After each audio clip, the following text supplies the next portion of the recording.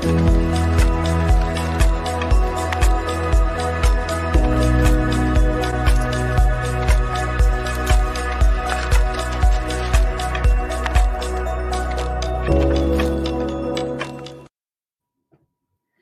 we are back with another episode on habits.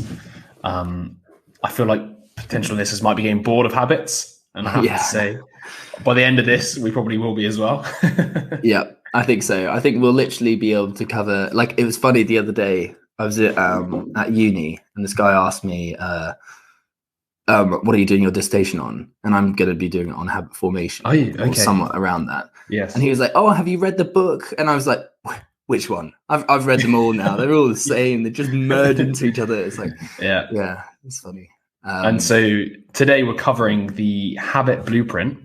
And who's it by? I'm going to butcher the author. Is it Patrick? No, that's not. I don't think it is that one. Well, I can get it up as well. Habit Blueprint.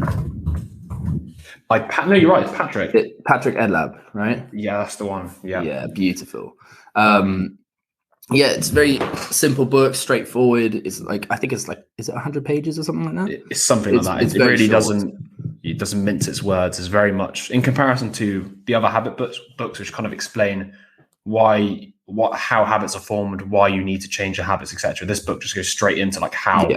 Yeah. Rather than explaining to you, I guess it kind of assumes that you're already in the market for changing your habits, like you already appreciate the value. So it just goes straight into like how this is the sort of framework you use, or the habit blueprint in the title to change your habits. Yeah, exactly.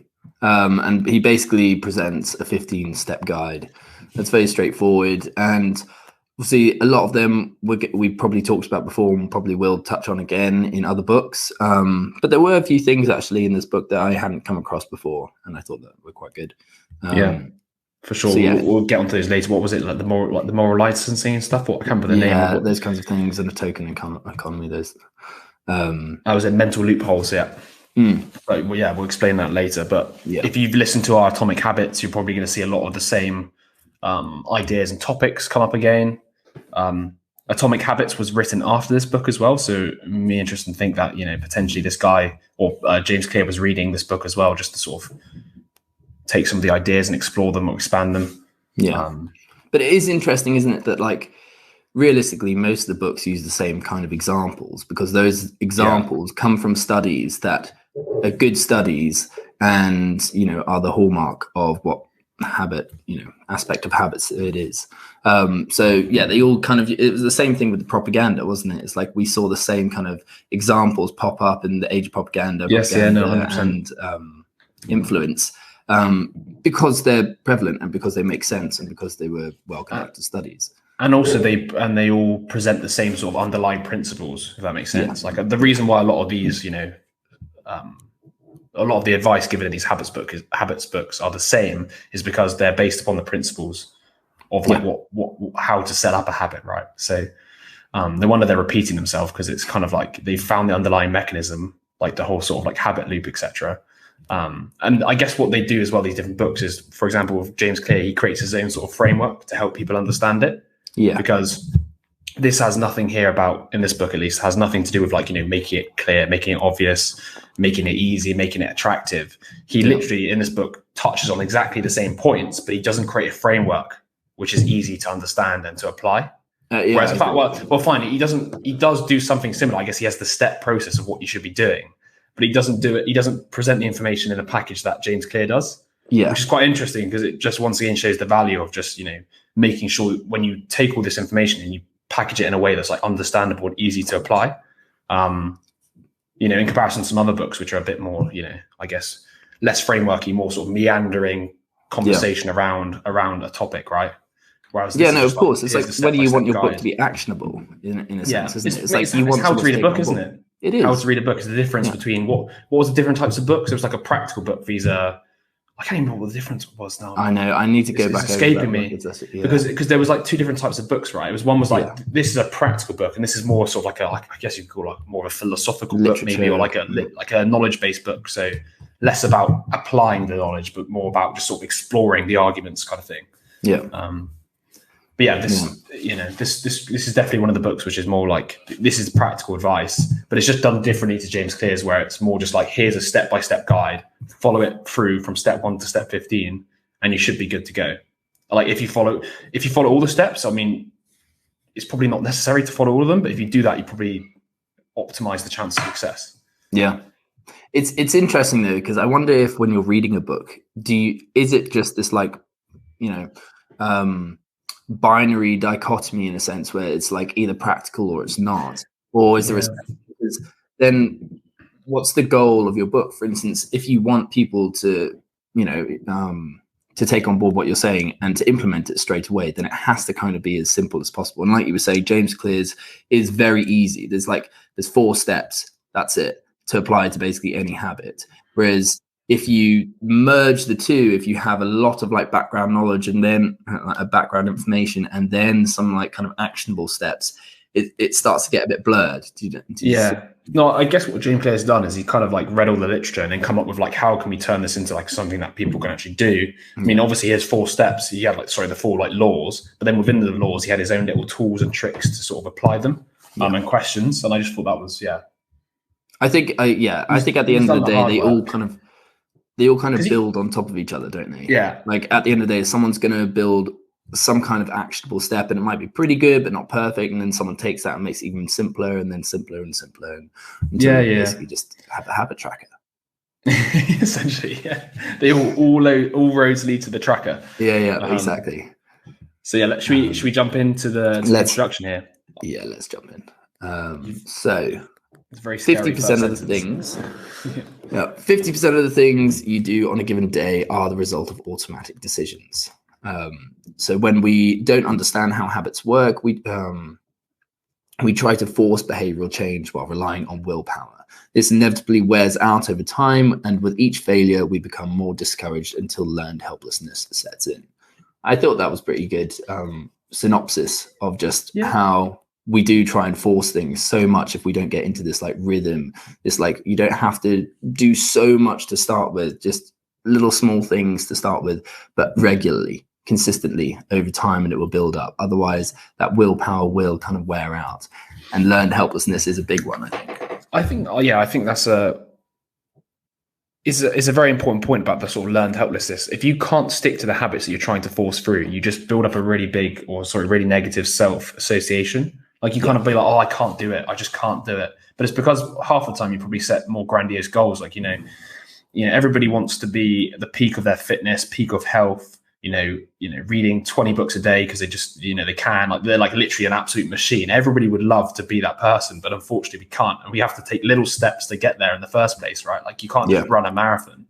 And I think sometimes people set these lofty goals, and then when they fail with the habits, like, I guess people set habits like, oh, I'm going to run 10K every day. Like that's just not a good place to start. And no wonder you get so discouraged afterwards, because you start realizing, oh, I can't do that, because not many people can, unless you're an absolute freak of nature.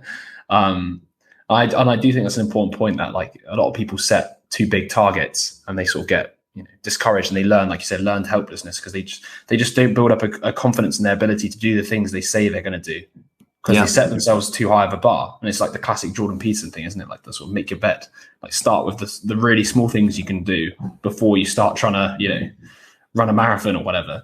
Absolutely. I think it's interesting, like if you think about it on a kind of neuroscientific level, you don't have those like neurological pathways yet. Basically the more you do something, the more energy is directed towards creating that neural pathway, so that the next time you do it, it becomes easier. You can't just suddenly go like, oh, I'm going to run a marathon today if I haven't run in the last year. It's because you don't have those pathways there. You can't it's not easy. We can think that we would like to suddenly be able to embody someone who can, like you said, read 20 books, but we can't just jump from 0 to 100. We have to incrementally build those neural pathways so that it's easier, and that then it literally does become a habit. It's like, there was a really good metaphor in the New Science of Psychedelics, and he was saying that the more we do something, it's like a hill full of snow, and the more we do something, it just ingrains. And so, like, let's say you start here and you keep making that same pathway, and then you try over here and you just slip back into the same pathway. you know, and then yes. he was talking about psychedelics as like a new sheet of snow. But in this regard, basically you just want to embed those neural pathways so that you can just keep slipping back into it and you don't even have to think about it anymore. You automate. It's quite interesting as well to think that if you've never done the habit that you want to do before, you still have to figure out how to do it. And it might sound really stupid, but like, oh, how do you run? But you still have to figure out the path to run. So for example, if I said to myself, I'm going to run now, you have to figure out where you want to go when you run. I mean, I guess some people can just be like, right, I'm just going to run in a direction and just hope it all works out for me, you know? Yeah. But that barrier to like actually knowing what you're going to do is a big barrier. So like just doing the first time, right? Yeah. So I'll give you an example. Since I moved to Paris, I didn't know where the gym was for the first few days. I hadn't figured out my pathway to the gym, but now I know where it is. I can do that habit way more easily. Yeah. If that makes any sense to you. Like the first time I was there fretting, like, oh, how do I get there? Where's my, like, what way do I go? But now I know, I've got it in my head and I know the steps to do the habit. And I was thinking, there's a really weird example I have as well with washing up. So I used to leave like water around the sink. Mm-hmm. And then recently I've realized you can just use like a flannel, you know, the ones you twist to like dry it up, right? And I never used to do that because I used to just leave the water because I thought it wasn't a big deal. But now I know the one specific action. Did you get told off? Yeah, I got told off. No, literally. But it's funny. But I noticed when I did it, I was like, oh, now I know how to do this. Yeah. And now I do it every time. And it's not because I feel like there's a threat of punishment. It's now I know what to do, if that makes sense. Beforehand, it sounds really stupid. Like, of course, you just mop it up. But to me, I'd never done it before. And because I'd never done it before, I honestly stood there and be like, what do I do? Like, what can I do? You know, if you've never done it before, you don't know how to do the habit. Therefore, I think for me, one of the first points of call for doing a habit is, to trying to do a habit is just figuring out what you have to do and do it once. Because once you've done it once, like you said, with your neurological like pathways, you then have a pathway, which is like, these are the steps to do this habit. So like, for example, just going to the gym is like, well, these are the steps. I walk this way, I get to this gym, and then I do a workout.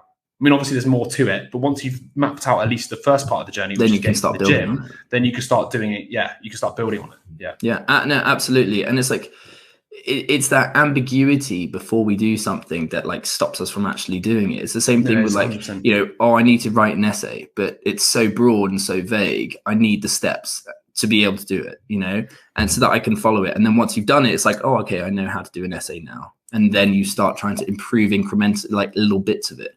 I do think that's why they always try and get you at first to do almost like the structure of the essay. Do you know what I mean? Like the points you're trying to make, because once you have the points, it then becomes easier to like, okay, right, I'm trying to make this point. Now I can go find the research to make this point.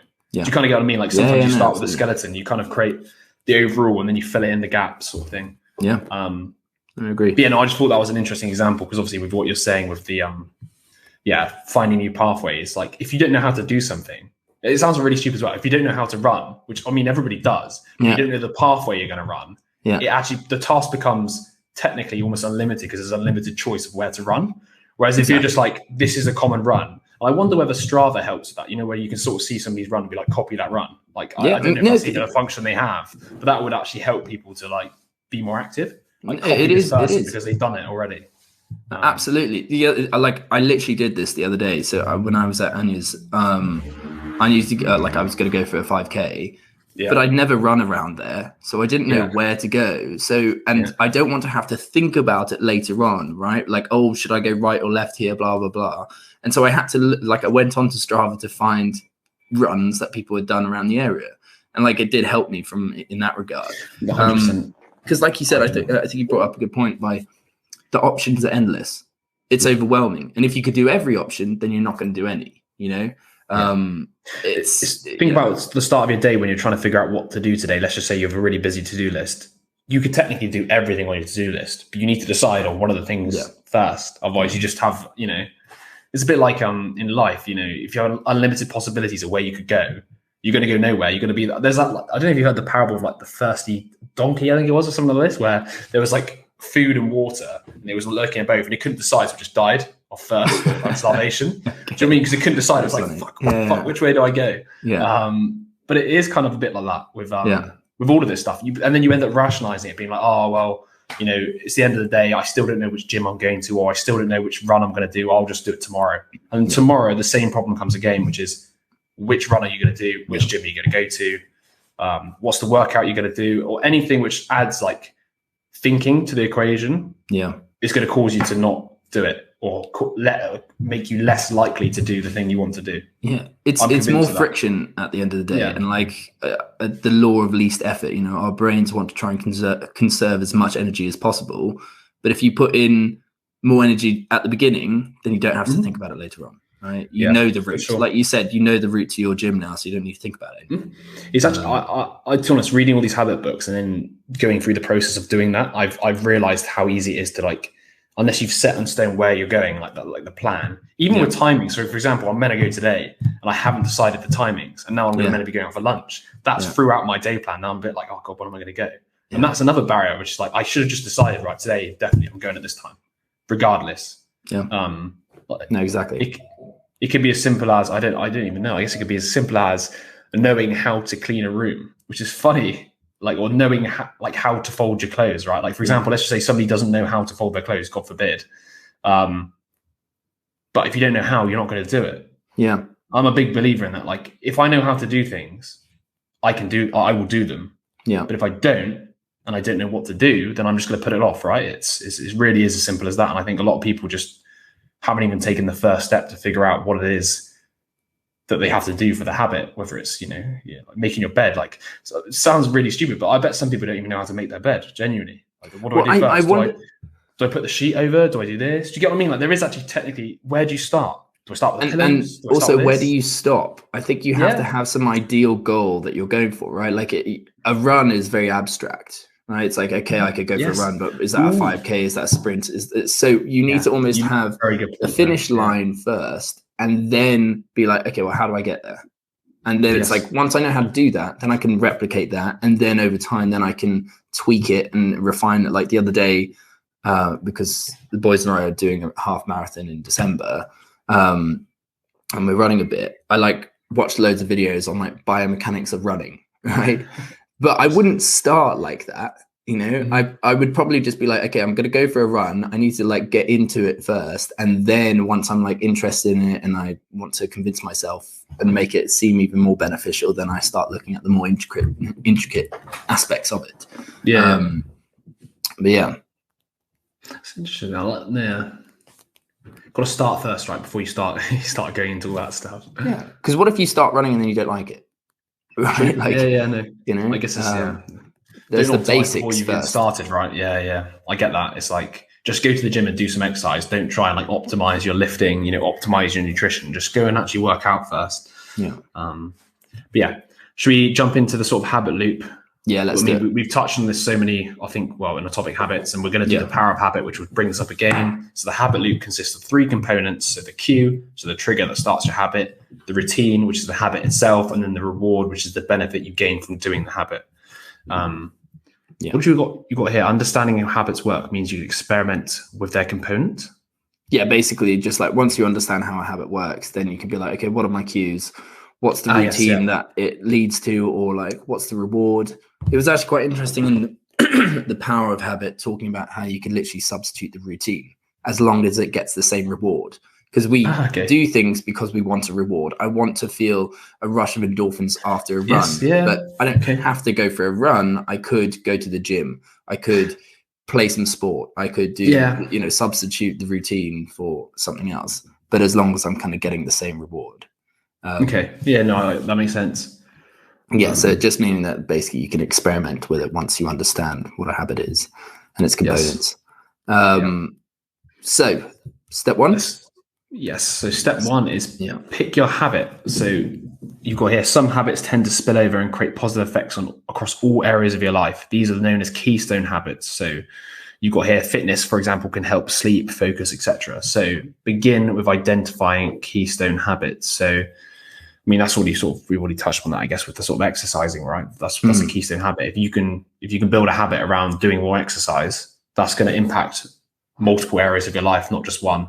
And you could probably say the same for nutrition, right? Like eating more healthily. It's those little ones that like kind of radiate outwards. They're like ripples, that it might be a small change, but the fact is that will start to build a mindset. And this is kind of what I was getting from the power of habit recently is, the smallest thing, like track what food you eat. leads to, okay, you start realizing your patterns of when you eat and what you eat. And then you're like, well, if I'm tracking this, then I'm being disciplined and committed. And then that discipline and committed like kind of spills over into other areas of life. So it's like, oh, I don't need to just track food. I could track my exercise. And then it's like habits, right? And so it's like, you're only changing one thing. You're only doing one behavior, but that ends up changing your mindset towards other things. And so it's those ripples. And I think it can be harder.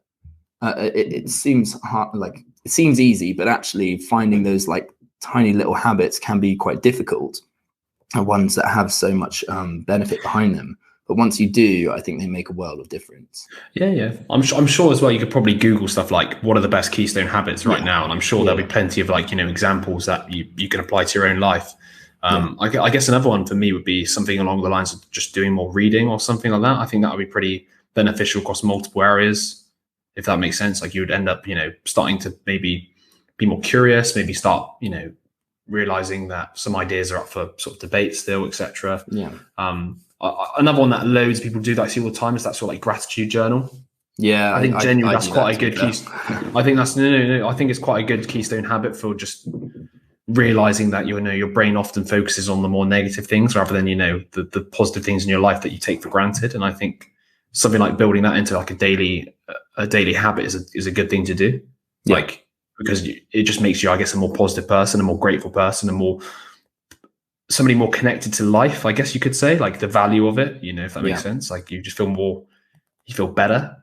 I think you also take a lot of things, other habits. Yeah, no, I agree. I think you also take a lot of things for granted that because you don't really think about it. It's like, oh, someone organized this event that I'm at, but you don't really think about that someone's put a lot of effort into organizing that event, right? So then it's like, oh, I'm grateful for that. Like I do it, but I do realize, the difference. But I think at the end of the day, it's literally just these little keystone habits like form a mindset, right? Yeah. That are applicable to, well, whatever you do. And that's the difference. It's like you're not focusing on just that in a specific context. At the end of the day, it builds these kind of almost character qualities, you could argue. Do you mean the mindset like improvement? Do you mean like a sort of like it helps you focus on basically developing, right? Progressing, because by being conscious with these habits and trying to like aim for a better place, that permeates across all your life, and you realize, oh wow, I'm aiming for a better place in my health.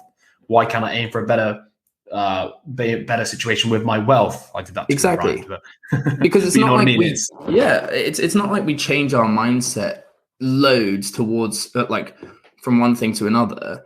It's like, oh, I'm doing fitness and I've got to be really disciplined, and when I get home, I'm going to be really lazy. It's like, no, you have a mindset, and that's it, right?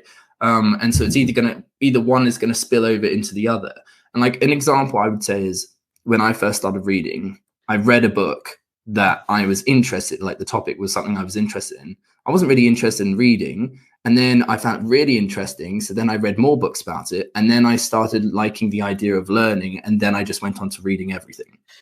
So it's that initial thing for me, pretty much. Yeah, it's exactly. I think it's when you read a book and you realize, oh wow, there's a new way of seeing the thing that I thought I knew about.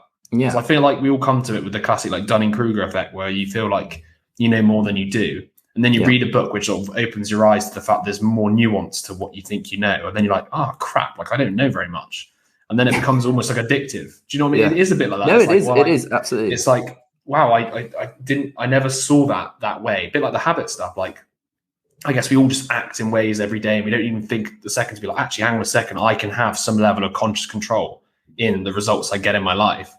And therefore, I'm going to need to know everything I can about habits and how to develop better ones. Because if I can do that, I can get better results in my life. Because effectively, what you do leads to what happens to you. Like we spoke about in, I think it was a topic, habits. Like, you're basically like a delay effect, aren't you? What you are right now is all the habits you've been doing for the last couple of months, if not your whole life. It depends on obviously the area. I mean, health is fluctuates quite a lot. So, but yeah, I think so. I think when you start these things, you probably have to give them a specific context with which you're doing it in. But the more you start to do it, the more you can kind of abstract out of all of those experiences of reading that book on that specific topic I like. And then you're able to abstract the key point, which is, well, I like reading now, or I like learning now. And then you can apply that everywhere else. And that's your keystone habit in a sense. Yeah. Yeah. No, I like it. You're right. It definitely permeates across different areas. Yeah. Should we move on to next one? Step 2. So step 2, start ridiculously small. And we touched on this a lot, haven't we? Like basically the step of make it easy, but just like physical muscle, willpower works like a muscle too and can become fatigued. Make your habits so small that it doesn't even require much willpower to start them. The Zeigarnik effect refers to our natural tendency to want to finish what we've started and not yet completed. Starting small takes advantage of this, which is kind of like the habit loop in a sense, isn't it? It's like we don't like open loops. We want to be able to finish it. And the smaller it is, the easier it is to complete it. And then make your habits so tiny that you can easily be completed every day without having to rely on willpower, and focus on establishing the actual behavior first. And we were just touching on this, weren't we? It's the idea of like, figure out how to mop up the water around the sink, and then once you do it, literally, you can start. And then the habit actually becomes, like we said, start with the smallest action. So it's not even mopping up the water; it's just grabbing the mop. It's grabbing the towel. Yeah, that's the habit. If you grab the towel, you're going to mop it, because otherwise you just pick it up and put it down. And I guess it's weird, isn't it? When you do like a purposeless action, like for example, it would prang me out right now to pick up this water bottle and then put it back down without having it. I'd be like, what the hell am I doing? What's wrong with me? I need to sit this bad boy. It's kind of that thing. Like, if you start it, you have to finish it, because otherwise you start questioning your reality. Be like, wow, I'm weird. Like, why did I pick that up in the first place? So such a waste of potential. A little bit like that. This is just, I think we will go on to do tiny habits as well. I really want to get onto that book as well. But this is, like we said, it's pretty self-explanatory. It's reduce the thing that you want to start to the smallest possible thing, and then let the Zeigarnik, whatever it's called, effect take place, which is, once you've started, you're going to want to try and finish what you've done. Yeah. Like if you end up in a gym, it's highly unlikely you're going to walk in there and be like, okay, got to go home now. Like exactly. You would feel really, really weird to do that. And then we've got step 3, which is build a chain. So this is kind of similar to the stuff with James Clear's sort of like habit tracker. So the whole point here is,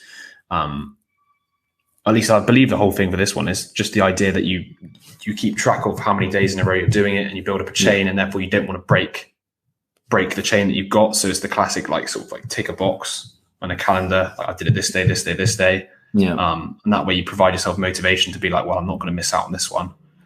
You've got to hear about the sunk cost fallacy. It was this weird take that I hadn't heard before. Just this idea that, well, they were applying it because it's normally in economics, isn't it? That sunk cost fallacy refers to the tendency to make decisions about the current situation based on what was previously invested. So, for example, I'm full, but I might as well keep eating because I paid for the food. So the same thing could be applied to like habits, and I think James Clear kind of mentioned it. Wasn't he giving an example of when he was in a restaurant and ahead of time, he was like, pack up half my food now and put it in a box and then give me the other half. So it means that I can't really eat the whole amount if he was trying to lose weight. He did do that. Yeah. So I think basically invest in certain actions prior, so that it makes it harder to do bad habits or easier to do good habits. That's kind of what I took from it. It's kind of, on a similar note, I guess it's kind of the case of like, if you pay for some class or something, you've already sunk investment and time into paying for the class, you're more likely to go and do it than if you didn't, if that makes sense. So, and I related it to like the commitment and consistency principle from influence. It's like you've already started, you're going to invest more. But and then also with the building a chain, I guess is a case of also showing you the commitment and consistency you've already done to then further motivate you. Because it's a bit like, if you've seen yourself build a chain of like 5 days and then you're like, oh, I'm not feeling it today, but then you're going to break a chain of 5 days. It's a bit like, it reminds me of those like Snapchat streaks back in the day, when you used to have like your friends and you have to message them every day. Go on. So the Snapchat streaks being like, I remember back in the day, I used to even just take, the most simple photo of myself or just the floor to send to somebody to keep my like day streak going. Because once you get to it with you and your friend, you've got like a 40-day streak with like a flame. I think they used to put like flames next to it. You're more likely to continue just because of the fact that even if it's not even like a proper conversation, I'm going to keep this bad boy going. Yes, no, I agree. It's funny how like they can embed that on Snapchat, and it's just like so easy. Like I remember I would use it purely just to get that streak up.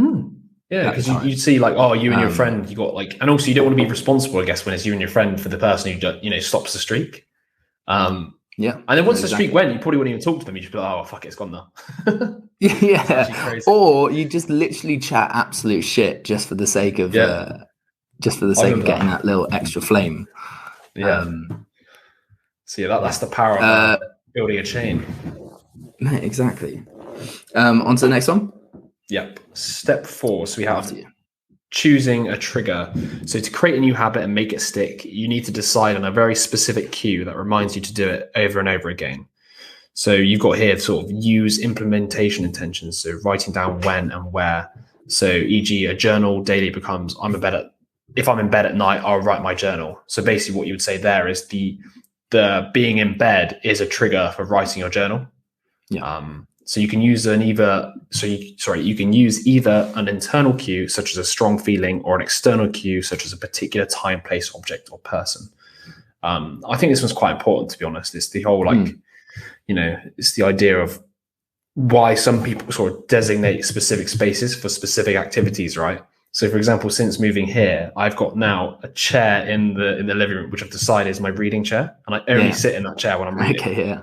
And I quite like it because it's a cue, right? You see it and you're like, that's my reading chair. And I'm like, that doesn't look like it's been sat on today, so I might as well sit on it and start reading. No, but the point being is that, you separate or you create specific things which remind you to do the action. A bit like, I guess you can set a cue more manually instead of it just being an object. You could be like, I put my gym clothes on the floor, which is a classic example. It means I need to go to the gym. I should put them on and wear them or whatever before you get to bed. Yeah. But it's a step often overlooked, I think. And I think you have a lot of freedom to choose what is going to trigger you to do the action that you want to do. And I think the simpler it is, the easier it is to follow.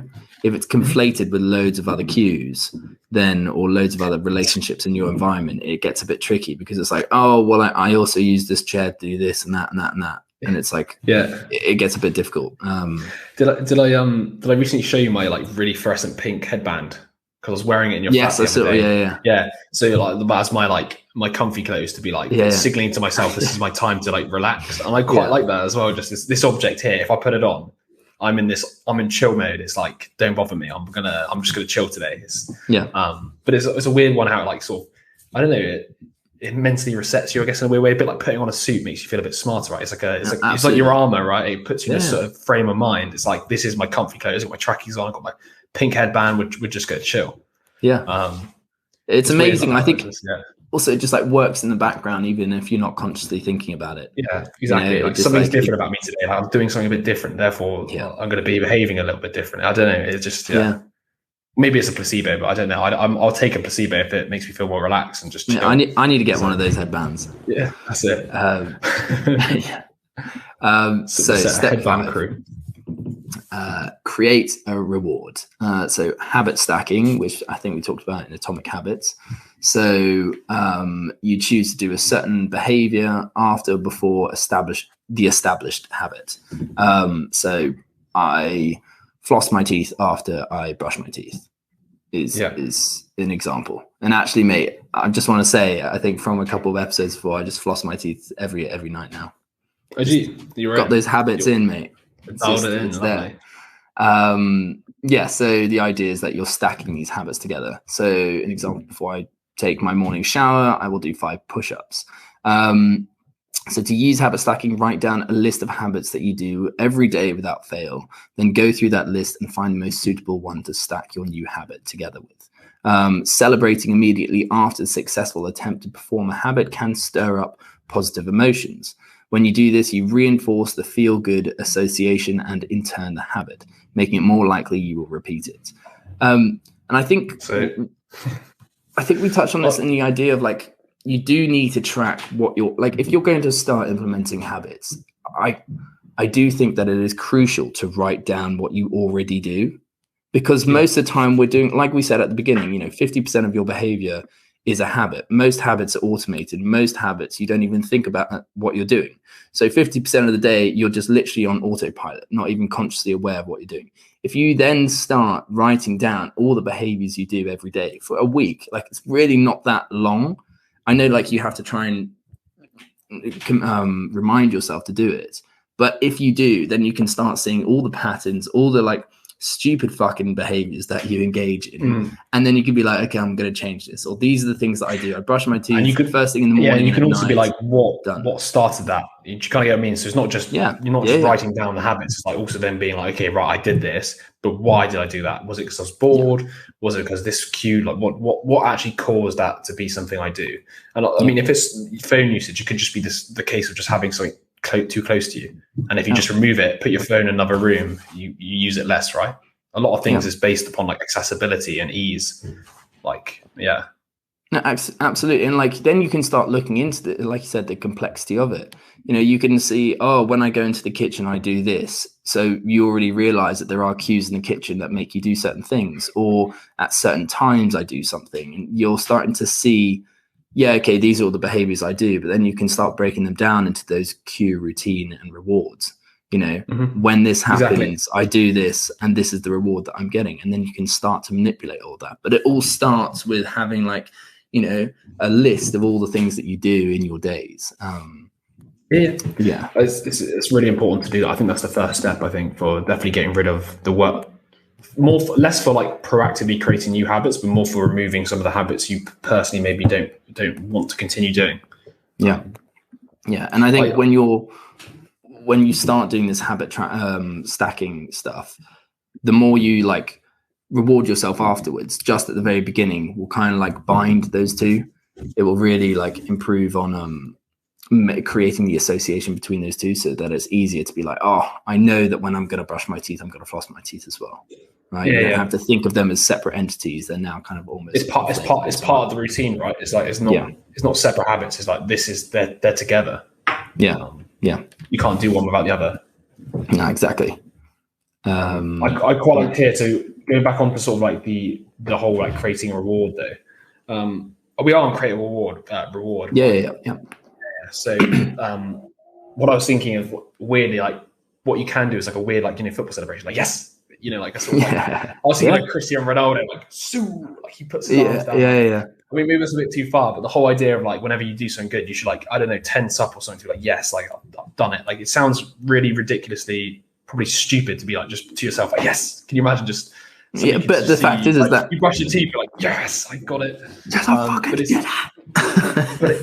but it is that little mini like it feels good. I have to say, just even go like this, like yes, like I even feel a bit like I don't even know how to describe it, but it does feel quite good to just like tense up and like yes, like I did it, like I've done something. Like I guess why do footballers celebrate the way they do? There has to be something physiologically going on for them to be like, you know, like going crazy, like there's got to be something to it. They can't just be like, oh, like I don't know.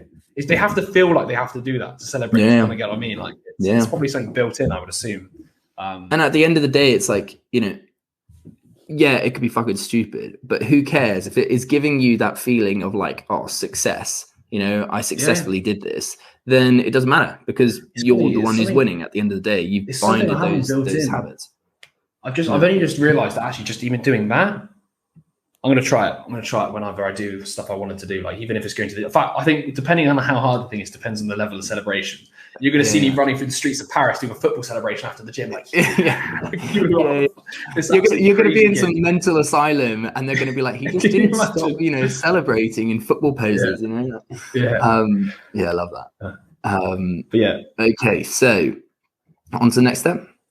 Yes. So step 6, which is set up a token economy. So this is one of the sort of, I guess you could call it newer, like this is an idea that wasn't really in Atomic Habits, and I don't think we've explored it yet. So create a token that can be later exchanged for backup reinforcers in the form of actual rewards. So create a specific and measurable minimum daily quota. Each time you successfully reach your minimum daily quota, reward yourself with a certain number of tokens. Then start stacking your tokens where you can see them every day to create an inspiring visual representation of your progress that you want to keep building each day. Brackets, here you've got Habit Tower. So set up your backup reinforcers. These are the rewards you get to exchange for your tokens for. These should be rewards that help you get closer to your long-term goal. So yeah, the main point here is if you achieve a daily quota, then provide yourself with visible tokens that can be added up to be redeemed for backup rewards. So in a weird way, this is like keeping score of the habits you're doing. So similar to, I think we're going to go on to elastic habits, but it's basically a point-based system, I guess. It's like, yeah, I mean, you could keep it as simple as every habit you do is 1 point. And obviously the daily quota would then be, let's just say you have 10 habits, it would be to get 10 points. And then the point is you stack up these points and then you are able to purchase something with these points. Obviously not, you can't just walk into a coffee shop and be like, by the way, I've got 10 points on my habit scorecard. Can you sort me out? But the point would be nice though, wouldn't it? It would be nice. It would be nice. Maybe someone should create some kind of habit tracker. Yeah. There was an interesting one with cryptocurrencies. I don't know if you saw where it was basically tracking your runs, and you're getting crypto tokens for it, and obviously that was meant to have a value. So it was meant to be like get fit and get paid. But that's kind of like died down. I don't think anything became of it. But the point here being, right, like I took it less as, I mean, the point here they were saying was the thing you buy with the tokens, the thing you exchange for the tokens should be related to one of the goals you have set related to the habits. But I still quite like the idea of it being maybe even like a cheeky rewards or something like, if I do 5 days worth of full habits on the Saturday, let's just say, or after that, I can go and have a pizza. I can go have something which is like rewards me based on that, which is kind of like cheating, but it's good to cheat because you still need these things in your life to, like, I don't know. I just think it's nice to have a reward like that. If that makes sense. A reward that's outside the scope of what you usually do. Yeah, no, I agree. I agree. Yeah. But I can understand where it's like, okay, my reward is I'm going to buy myself a new gym equipment. I'm going to buy myself a new gym outfit if I hit this much, this many times. But the whole point being here is you're rewarded based upon your actions. You don't do something unless you've completed these things, and then you feel good for completing these things because you feel like it's meaningful. Yeah, it feels like it's adding up, and I think that's quite interesting because it's like, it reminds me a lot of like gaming, and the reason why gaming is so addictive is the progression and XP system. Because it's like creating an XP system, isn't it? Experience points for people who don't know what that is. It's like each habit is an experience point, and you're leveling, like you're kind of like accumulating these experience points to put into, I was going to say like a skill tree or something, but it's not the same. But you get my point. It's like you're putting it towards something. You're earning currency to buy something, a bit like what you do in a video game. It basically means everything you do means something. Whereas before, I mean, obviously it can mean something towards being better, like having better health or whatever, but it's adding another layer to it where you're actually getting something tangible from it, or something that you can actually see quickly. Yeah, I agree. And I think having a visual representation is really important in this regard, because a lot of the things that we do are pretty abstract anyway. And yeah, okay, you could have a habit tracker, right? But all it is a tick.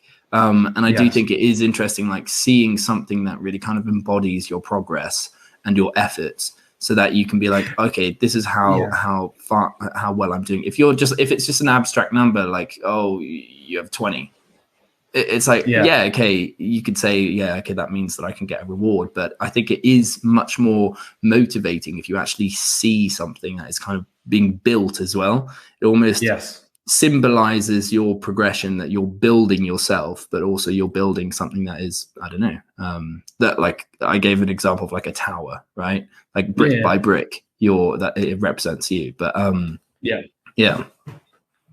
it is. This one was really interesting, I thought.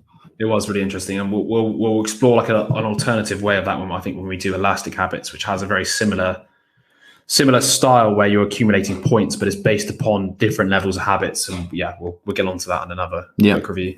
Do you want to head off for the next one? Yeah. So schedule a week. Step 7: schedule a weekly review. So schedule 10 to 15 minutes every week to examine the progress you're making on your habit. Add up at how many tokens you acquired over the week and exchange them for rewards. Reflect on the days you missed and adjust your habits to make it easier. And I think this is really important. Like I think the first time I read Atomic Habits, I was like, oh, weekly review. It's all this kind of like productivity shit where, you're always reviewing everything that you do. But actually, it makes so much sense because you can't see the patterns of your behavior from just like individual, sessions or experiences. And I think when you do this, you can be like, okay, why did I not do that one? Why was this one really easy? Should I turn up the difficulty a bit more, or it just, you're able to see it from like a bird's eye view. You can't adjust the strategy and behavior you're doing unless you know where you're currently at. Yeah. Right? It's a bit like, I guess, why sports are quite easy to get a hold of, is because when you hit it out, you've hit it out immediately. Whereas with this habit stuff, to track you don't really know when you kind of like you don't really realize where you've missed the mark, where you've hit the mark. So therefore, weekly review to be like, how many of my habits have landed in the core? How many have landed out the core? And what can I do to change these in the future? Yeah, it's your method of tweaking it at the end of the day. Yeah, and it keeps you back. It basically like puts you back on the right trajectory. No, for sure. It's otherwise, one how of the would you things know? that I've personally overlooked a lot with my stuff. I used to have it. I even still have it in my calendar built in, but the amount of times I've done it is questionable. But I think, it is probably one of the most important things you can do with this habit stuff. I think possibly the weekly. How did it go this week? Yeah. If you're being very methodical and tracking it very methodically, it's probably the most important part for getting yourself back on track. For maybe even like writing a little bit about, if let's say you missed a couple of days, you can write the context for. You missed the days, you can be like, do you know what? Actually, this week I had something on which really made it impossible. Like, I was on holiday. I don't know. At least then you can start seeing, you can build up like a diary database of all the things. And then, like you said, if you do enough weekly reviews, you can go back and be like, hey, right, am I making the same excuses? Yeah. And if I am, hang on a second, maybe I need to rethink, is that actually an excuse, or am I just being, am I just finding excuses to make sure I feel better about myself? Yeah. And I think you brought up a point in the last podcast, I think it was, about how, we can easily gamify. We can easily like just do something for the sake of the measure. In like we'll track a habit just for the sake of it, rather than actually thinking it's no longer motivating. We're just doing it to get that tick. And so I think having a weekly review is like, well, am I doing this genuinely? Is it actually still motivating me? Is it actually benefiting me? Or do I need to come up with a different way of motivating me, which is a different habit? Or I was even going to say you can add and remove habits. So, for example, you might realize, actually, hang on a second, I'm now hitting my flossing every bloody day. Why do I even need to track this anymore? Like, you should just remove it. Like, and then maybe it's automatic. Maybe you could even have a monthly review of something, right? And then it's like, have I dropped off the habits that I originally put on and I've like removed? If that makes sense. So the ones I thought I'd mastered, am I still have I still continued with them once I've mastered them? If that makes sense. Yeah. So you can even give yourself a little like mastery. Like, I've mastered this habit. I'm doing it every day. I've done it every day for 4 weeks. Now I can take it off my, my habit rotor. Yeah. And then you have a review being like, actually, have I dropped off since this? So do I need to bring it back into the habit, mix? I think that's a really good point. Remind me to write that down so I add it. Yeah, I was going to say I kind of need to write on a second. Yeah. I will be adding this to my weekly review. I think it's worth it, isn't it? Like a mastery section. No, because I was thinking about that recently, because I've got these two kind of routines. I do morning and night, and they encapsulate like 10 habits each. But I basically just start thinking of it now as like one big habit. But actually, I've been doing it for like the last 3 weeks pretty consistently, and I don't need to really have a habit to say I brush my teeth and I floss them.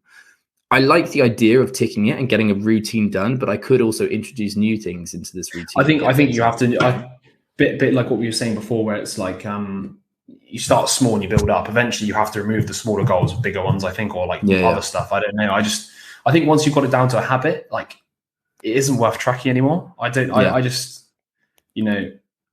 maybe, but maybe it is fine. Maybe it's worth just reviewing every now and again, being like, am I still doing the things I was doing? And if you're not, you just introduce it back into the mix. Yeah. But I definitely think it's worth doing that, because I think you should just like we said before, try not to focus on like 20 different habits. You do like 5 ones that are key for now. Then once you've built them into the routine, you then progressively pick up new ones. I agree. Yeah, absolutely. On to the next one. Yes. So we got step 8 after the weekly review. We've got design your environment. So our surroundings heavily influence our behavior, often without us being consciously aware of it. And then you got here, so finding flow, we got activation energy. The bigger the obstacles standing in the way of your desired behavior, the more activation energy you would need to muster up, and the less likely you'll be able to do it. So brackets, make it easy, like from Atomic Habits. The obstacles that we face can include fatigue, anxiety, lack of discipline, which if present can lead to settling for something that, although less enjoyable, is more accessible. So you got here something, make the activation energy as low as possible. So the 2-minute rule. So this is back to what we were saying before, which is make something as easy as possible to do and make it less than 2 minutes. So yeah, if you want to read 2 pages, place the book right where you sit as well. So yeah, so design your environment. So the classic examples, I think we've spoken about so many times with phones. Yeah. If you want to use your phone less, put it in another room, put it outside of arm's reach, etc. If you want to do something more, have it within arm's reach. So for example, you want to drink more water, fucking slap a bottle of water right next to you for the whole day. And as long as it's filled up, you're more likely to drink water, right? Absolutely. It's as simple as that. So design your environment around what habits you want to avoid doing. So anything you want to avoid doing, make sure it's an effort to do it. I mean, there's classic examples, wasn't there? Which is like sign yourself up Instagram if you don't want to use Instagram. Another one, people do stuff like, let's say you want to play less video games, literally unplug your console and put your plug in another room in a box and lock it or something like that. Do stuff where it makes it more difficult, and then obviously make stuff more accessible if you want to do the habit. It's as simple as that. We're really lazy creatures at the end of the day, right? Like we really don't want to. We want to conserve as much energy as possible. So the more friction there is to something, the less likely we are to do it. The easier it is, the more likely we're going to do it. And then obviously there are added layers on top of that about the rewards and all of that stuff. But this is basically just, if there are cookies in your environment, you're probably going to have one. If you don't want to eat biscuits, put them to the back of the shelf. Or one of the best ways is just don't have them in the fridge or don't have them in the cupboard, right? Out of sight, out of mind. That's basically Well, I mean, if it takes a trip to the shops to get what you really want to eat, then you're less likely to do it than if it just I can open my fridge right now and grab whatever it is that, if it's like sweets or whatever. Exactly. Okay, so step 9, make procrastination difficult. So when we procrastinate, it's usually a result of us responding to our environment. For bad habits or competing behaviors, raise the activation energy and increase friction. Identify the behaviors you could resort to and increase their activation energy. So example, if snoozing is causing you to miss your morning exercise, put the alarm clock in the next room. The point that I just got from this, the last one. It's like pretty much very much. Yeah, almost the opposite. Just trying to increase that activation energy. And I think it is. I did think it was interesting, the idea of like what other behaviors I could resort to, right? Like, okay, let's say I'm not in the mood for a run, so do I normally just resort to watching TV? If I can figure out all the behaviors that I resort to and identify which ones are good and bad, procrastination behaviors, right? Absolutely. Yeah. Then I can start increasing that activation energy towards all those bad behaviors and making it easier and lower for the others, for the good ones. It's that reinforcing, isn't it? That positive reinforcement. That's what you want there. Well, no, it makes sense. It's just this is just like another. It's exactly the same as the step before, which is designing the environment, but designing it once again just to making the things that you always procrastinate with harder to do. So like you said before with the phones and stuff, I mean, even with the TV, what you could do, if you knew that TV is the thing that, makes you procrastinate from going for a run, you hide the remotes. Yeah. You unplug the TV. I don't know, anything. But and it's like we said, this is, you can if you've listened to the Atomic Habits review, you can very clearly see the inspiration for James Clear here. These, this stuff's been talked about for ages with the sort of, making things easy, making things hard. It's just said in a different way, right? Yeah, exactly. And then step 10 and 11, I'm going to kind of bring them together a little bit because they're very similar, because this is very social based. So step 10 is surround yourself with role models. And then step 11 is turn accomplices into supporters. So with the surrounding yourself with role models, we are often unconsciously influenced by the people around us and what we value in them, especially if we are close to them. So even the goals of people you don't know can have a big impact on the goals you decide to pursue. We are more likely to pursue a goal just by seeing somebody else doing it. It's crucial to surround yourself with people who are similar, passionate, and have similar goals. I mean, this is kind of, you can see the effects of this with, CrossFit clubs, which have become a bit of like a religion / cult, in my opinion. But they because it's not a cult or religion, but you know what I mean. It's a very close-knit community of people with very similar goals that obviously helps them stick to sort of going to the gym, etc. I think going to the gym individually is harder than obviously being part of a class and a group that always exercises together and trains together. And this is the point here, which is if you surround yourself with people who have similar goals, who are literally just trying to achieve the same goal as you, which is get, you know, more healthy, exercise more, you're more likely to do the things within that group because you all sort of like pressure each other into doing it. It's one of those things that's quite often overlooked, I think. Yeah, no, absolutely. Especially when most people's immediate friendship groups probably have a lot of different goals, if that makes sense. Like, because you don't usually build friends upon goals. Usually you just build, you know, people you enjoy spending time with, and therefore it's necessary for goal pursuit. I think sometimes when you're pursuing certain goals, you make friends around those goals, and therefore you can all sort of cross-pollinate ideas, motivate each other, etc. Yeah, no, I agree. I think there's multiple benefits to being part of a group when you're pursuing a habit, whether that's like the accountability or seeing other people similar to you doing something and you realizing that it's also possible. And there's the added benefit of it's probably more fun, it's more social, you're working on multiple different aspects and you're still hitting that habit. So I think they're all like really beneficial, and it's just more likely to motivate you at the end of the day. So yeah, I think it's so important. I've also missed the point there where obviously it's about finding people who have similar goals, but it also mentions, obviously in the thing, it says like role models, so also people you look up to.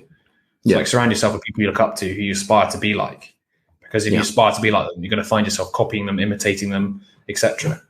And I think a point on that is that there was a point in this that said that, you know, we pick up these things unconsciously, you know. So if you're surrounded by people who have terrible habits, who go against the thing that you're trying to improve, even if you're not consciously aware that you're copying them or imitating them, a lot of the time we do. It's much easier to, and so the same thing goes for like being around role models or people who exhibit those kind of habits that we want to copy, because yes, we're looking at them consciously and we're like, oh, I want to be like that, but also unconsciously we're still copying them, you know. And so it all helps at the end of the day. And so it's just, once again, it's another part of your environment, and your relationship to all those things in your environment. And then we got the step 11, which links that. So the turn accomplices into supporters. So other people's emotions and attitudes that they bring to relationship can affect our behaviors. And the whole point of this is, you know, making sure people who are sort of in the same boat as you, going for the same goal, become supporters of your goal. So they obviously want to help you. They're, you know, encouraging you when you hit the targets. They're also, you know, not berating you, but obviously applying pressure when you're not, to be like, come on, you know, you're better than this type of thing, you know. The point being here, you create a support network, and not just yourself for achieving a goal. You have other people here who are willing, you know, who are supporting you and who understand how hard it is sometimes to, you know, keep consistency, but they're there to obviously, you know, help you pick up the pieces if you fail, etc. Yeah, no, exactly. All right, on to step 12. Yeah, go for it. Okay, so create a commitment. A commitment contract enables you to create self-imposed immediate consequences for procrastinating.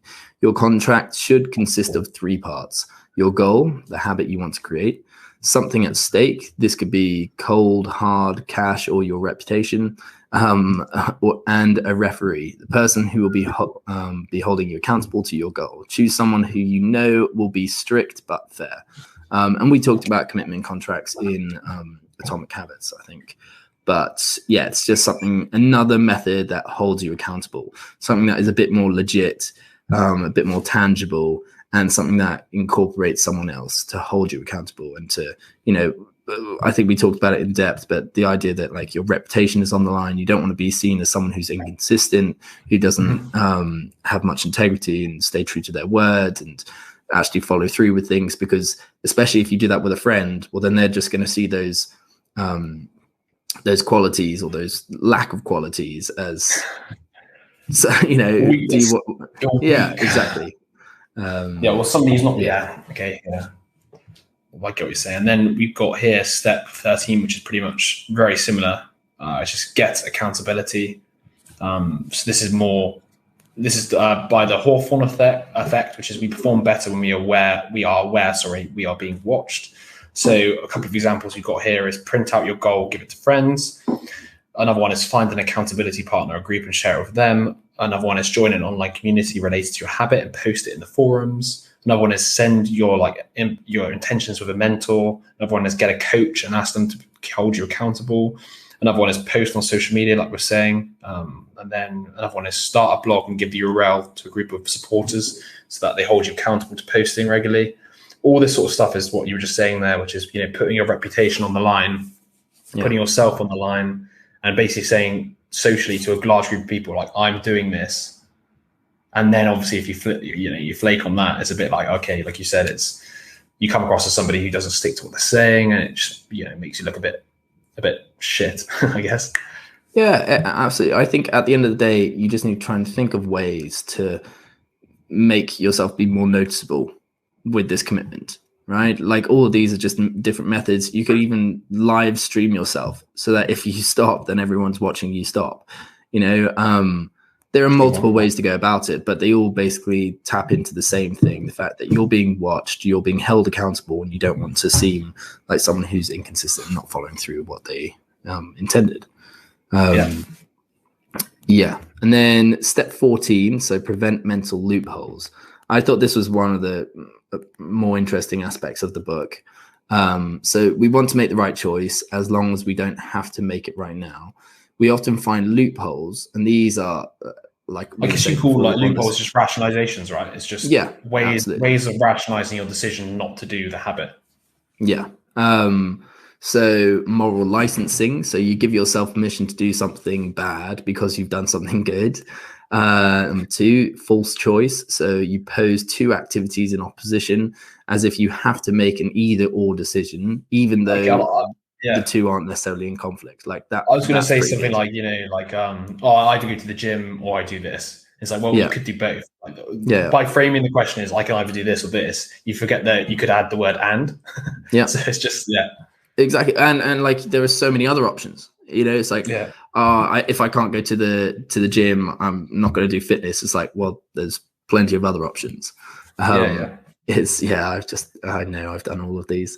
Number 3, a lack of control. So you tell yourself that your lack of control over the situation and circumstances forces you to break your habit.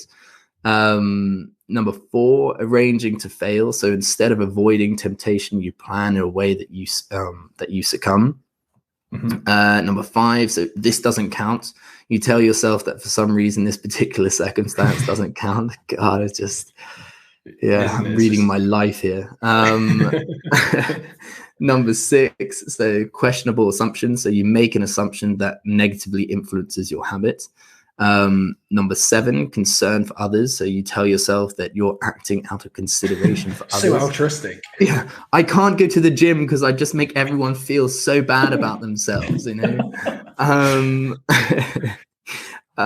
then fake self-actualization. So you accept a failure of your habit by disguising it as an embrace of life. I think we've probably all done that. And then last one, so one coin. So you devalue the meaning of one single attempt. I think all of those are just so true. And I kind of want to just plug them into my Notion, plug them into my brain, just so I can be aware. Yeah, do you know what? It's just like, obviously the next part you said is get into the habit of asking these questions of, is this thought true, or is my brain simply seeking the path of least resistance? It's almost like, let's just say you're ever in a situation where you're feeling like not doing something, you just pull up this list of and then be like, is it one of these things that I'm creating in my head right now to justify the not doing? And I think a lot of the time it will be one of these, like you said, it's so funny how many of these we use, and I think it's quite interesting. Maybe there might be, if you can write down maybe what you're telling yourself as you're doing it, right? You can start seeing patterns of how you use them. Because I've noticed I use some more than others, right? And I'm convinced some other people might use different variations. If that makes sense. Like each person has their own way of convincing themselves. Like for example, I don't often use moral licensing, I don't think. Although, in fact, actually, no, I lie, because sometimes you can be like, well, I've eaten, I've gone to the gym today, I've done something good, so I can have a pizza. Or do you know what I mean? That is a classic one, I think. But there's some here that, for example, questionable assumptions doesn't happen too much. Fake self-actualization, I do that quite a few times, mainly to do with alcohol. Be like, oh, well, you only live once, got to have fun, got to go do this.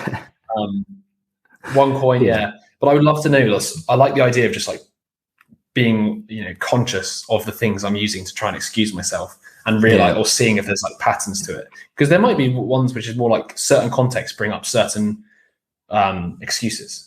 Do you know what I mean? Like I was saying, like YOLO seems more to come up to like, if it's like to do with going out drinking, etc. I feel like YOLO is one of the primary ones that you use.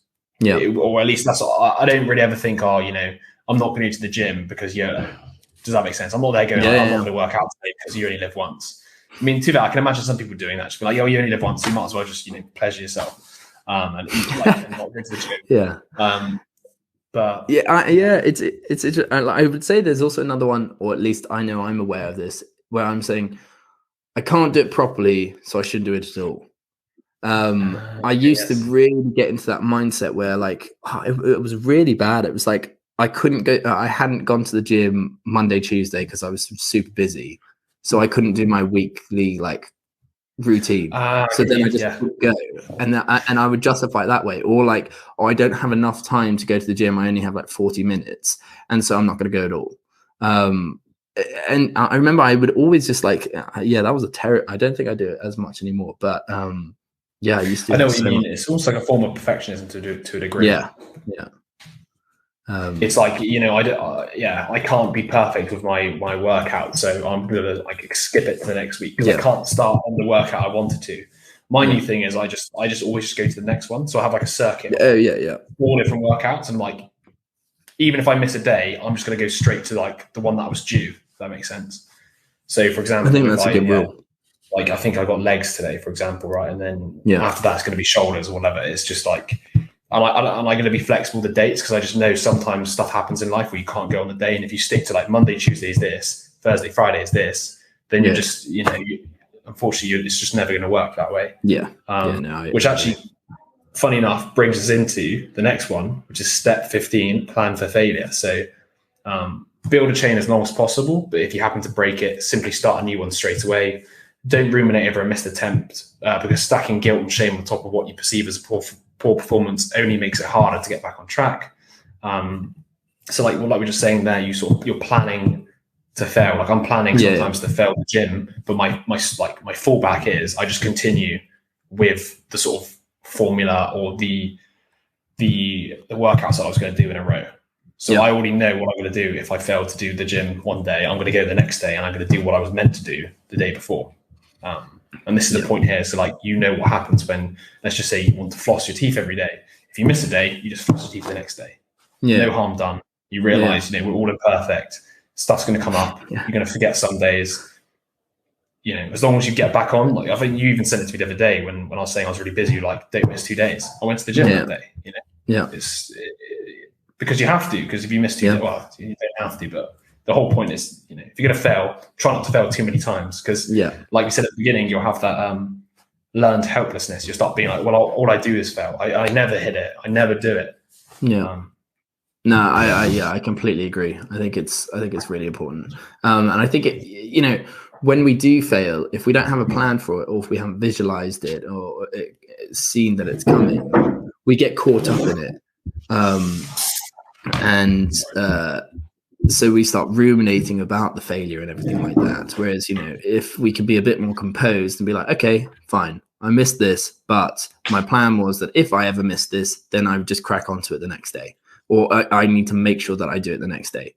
You have a plan, and it just makes it a lot more approachable rather than overwhelming. Like, oh fuck, I didn't go to the gym today. Like, what am I supposed to do? It's a famous Mike Tyson quote, isn't it? Like everybody has a plan to get punched in the face type of thing. But like, I feel like it's very it almost fills you with a little bit of confidence as well when a bit like what we said about earlier, where you know what to do, right? When you know what to do, everything's easier. So that if you fail, what you need to do is just continue. Like don't like you said, don't ruminate on it. Don't be like, oh my god, I can't believe I missed a day. It's like, of course you're gonna miss a day. It's like nobody ever just successfully does it every day. Even like the top athletes have days where they probably miss it. But what sort of differentiates them from the average person is they just bounce back almost immediately and like, fuck it, I'm going. going tomorrow, right? Like it's, they don't think, oh, beat myself up. They're too busy thinking I need to get my next training session in. Yeah. No, it's interesting. And so to draw a link between the step that we were just talking about before, the loopholes and plan for failure. The loopholes are almost what leads to that plan of failure. Obviously, there are circumstances that arise, and sometimes we can't do our habits. But I think there was something actually interesting here that I think I skipped over. And it said, create specific if-then mini actions to protect your habit from mental loopholes. So if you see that you're going to, if you become aware that you're about to use a loophole, if you are, then you have an action in response. You've got that plan. So it's like if my brain is telling me, if I can't do it perfectly, then don't do it at all. Then straight away, it's like, okay, well, I need to go and do it just a little bit. I need to just go and do like a 5-minute run at the gym. Even if you're just showing up. Once again, we've talked about like the importance of just showing up with habits and how it means a lot. Because once again, you're still ingraining those neurological pathways from just showing up. But I think part of that plan for failure, sometimes is, if we're going to use those loopholes, have a response. Like, okay, fine, then I'm going to do this. As soon as you see yourself engaging in those loopholes. I quite like this because this would link with elastic habits, where what you could potentially do, which we'll discuss another thing, is bring it into the loophole is, I really don't feel like doing this. And then finally, like, fine, I won't do this, but I'll do the mini version of this habit. I will do something which is still counting towards the overall streak or the overall goal, etc. I really don't feel like doing this today, but I'm going to go play squash instead. I don't feel like going to the gym. I'm going to do this instead. It's that kind of thing. I think creating a plan around if it really is the case where you can't manage to motivate yourself, you have an alternative which is sexy enough to make you do that. Yeah, no, I completely agree. I think it's really important. I think the baseline literally is just showing up. And if you can create any kind of divert any of those loopholes to just showing up, then you're already winning. Anything above is even better, but you just need to be able to show up. And then if you do fail for whatever circumstance, for whatever reason, then fine, but get back on it tomorrow. I think an interesting point, which isn't in this book, but is that classic differentiating between failing as an action and failing as your identity. So you're not a failure, you just failed. You just failed, you just didn't do the thing. It's not who you are. If that makes sense. You don't take it personally. It's not like an identity thing. It's more like an action thing. It's like, oh, today I failed. I specifically failed to do this specific task. That's all I did. I failed to do this task. Doesn't make me a failure. It just means I just didn't do this one time. Because you could probably find, especially if you built up a massive streak, oh wow, out of 50 days, I've done it 45 times. Exactly. Is that a failure? Like a 90% hit rate? It's not. Yeah. So yeah, I think exactly. Correct there, 90%. I think that was pretty quick. Jesus Christ! Just as I said it, I was like, God, is that correct? It's a habit, mate. There you go. So we go straight into this actionable steps then. So so this is just a review of all the ones throughout the book that we've kind of mentioned, but let's go through them. So 1, begin with identifying the keystone habits. So as we discussed earlier, this is, the habits which compound into other habits, such as, maybe health, exercise, etc. Even better sleep, etc. helps with other habits, because if you're feeling more energized, you've got more willpower to then follow other things you want to do. We've got number 2, so making your habits so small that it doesn't even require much willpower to start. So as we said before, this is reducing the habits to the smallest possible action you can take. So it can be something as simple as putting on your gym clothes to starting your walk to the gym, starting your drive to the gym, whatever it is. Just start the action that you want to do, and the habit will usually follow through itself. 3, you go. Use the sunk cost fallacy in your favor. So the idea of basically making commitment prior to engaging in your habit, so it makes your habit much easier, basically. And then we have use implementation, so writing down when and where, basically putting down the specifics to your habit. So I'm going to journal when I'm in bed about to go to sleep. Then habits, number 5, so habit stacking.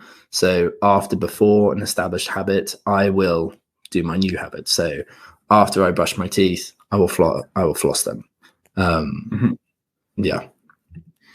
And you've got here, so to use habit stacking, write down a list of habits that you do every day without fail, then go through that list and find the most suitable one to stack your new habit together with. So like you just said, if you want to start doing more flossing, it kind of makes sense to do it when you're already brushing your teeth. So then you bulk that on to brushing your teeth.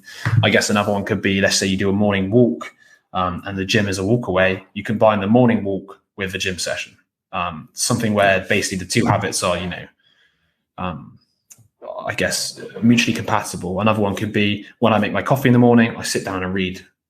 And then if you want to combine that with the starting easy, I sit down and read one page and then, see where you get from there.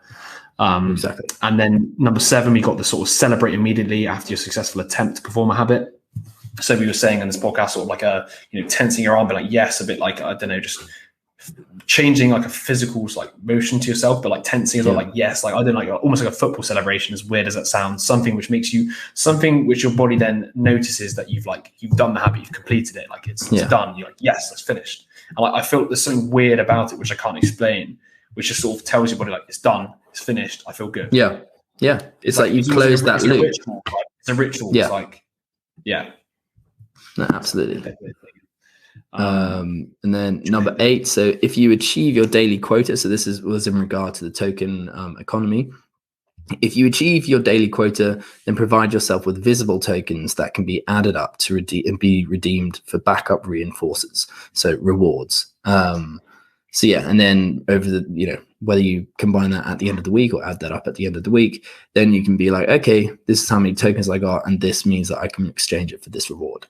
And then number 9, so schedule 10 to 15 minutes every week to examine the progress you're making on your habit. So this was in regards to the weekly review. Really important to basically just have a different perspective of your progress during the week so you can see your patterns.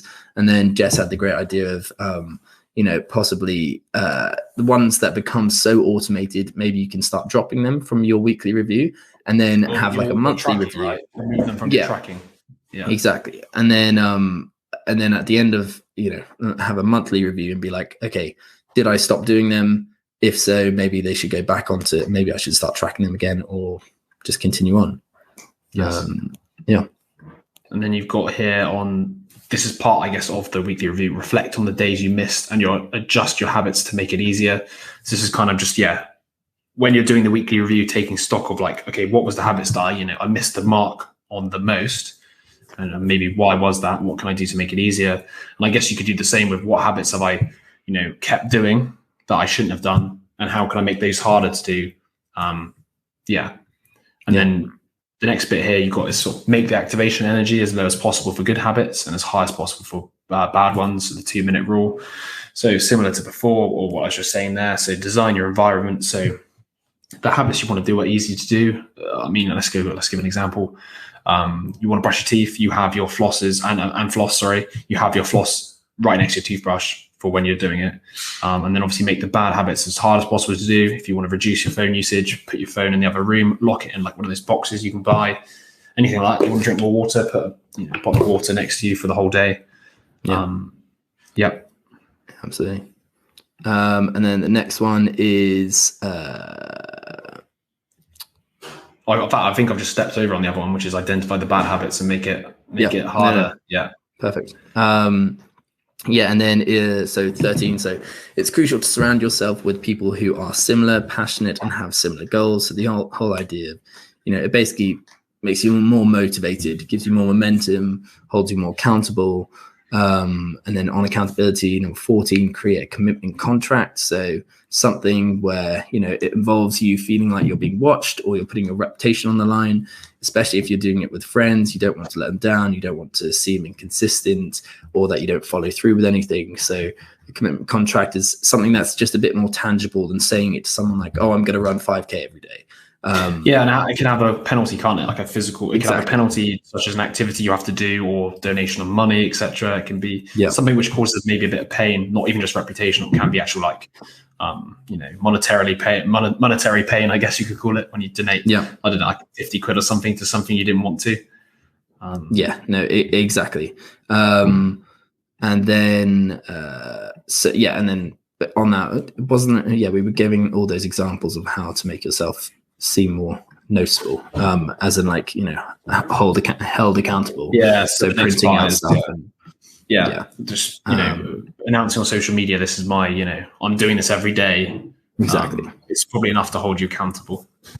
Absolutely. And then 16, so get into the habit of asking, is this thought true? So in regard to all of the loopholes that we were mentioning, when we see our brain trying to, you know, rationalize getting out of doing our habit, then we need to ask ourselves, is this thought true, or is my brain simply seeking the path of least resistance? And in response to those, when we do see ourselves, you know, starting to use a loophole, we need to be prepared. We need to have a plan of action in response that goes, okay, well, if I engage in this loophole, then I do this. So an example would be, one loophole is, if I can't do it properly, I won't do it at all. So if I start thinking that way and having that thought, then my response would be, okay, well, then I just need to show up and just do a little bit. Yeah. In response every time. You change the goal. The goal isn't perfection anymore. It's now just to, you know, just to do something. Something's better than nothing. Yeah. Yeah. And then the very last one is, I think we're on the last one, right? Yeah. 18. So don't ruminate over a missed attempt, because stacking guilt and shame on top of what you perceive as poor performance only makes it harder to get back on track. So this is the idea that, you know, you're always going to fail at some point, and it's just, you know, moving past it, moving on, not sort of identifying with your failure. Just be like, you know, I missed it today. You know, whoops, let's not miss it again. Type of exactly. Thing. Exactly. So yeah, those were all the actionable ideas on this book. Yeah, I think you can check out. I was going to say, you can check out the full summary that you've written up, and obviously with these actionable steps, because this podcast has pretty much followed the exact summary, I believe, that's been put on the website. Yeah. So if you wanted to sort of, you know, remind yourself of what we've been discussing, it's all available under the Habit Blueprint on the website. Yep. And stay tuned for more if you want to know even more about habits. I think the next book we're doing, is it The Now Habit? I think we'll do The Now Habit next, yeah. And then we'll see from there. There's plenty more. There's got to be at least another like 3 or 4, potentially 5 books. So oh my god. By the end of it, if you guys aren't, you know, embedding these habits, then we haven't done a good job, basically. Yeah, that's it. Yeah. So okay, so then that's a wrap, I guess. That's a wrap. Beautiful.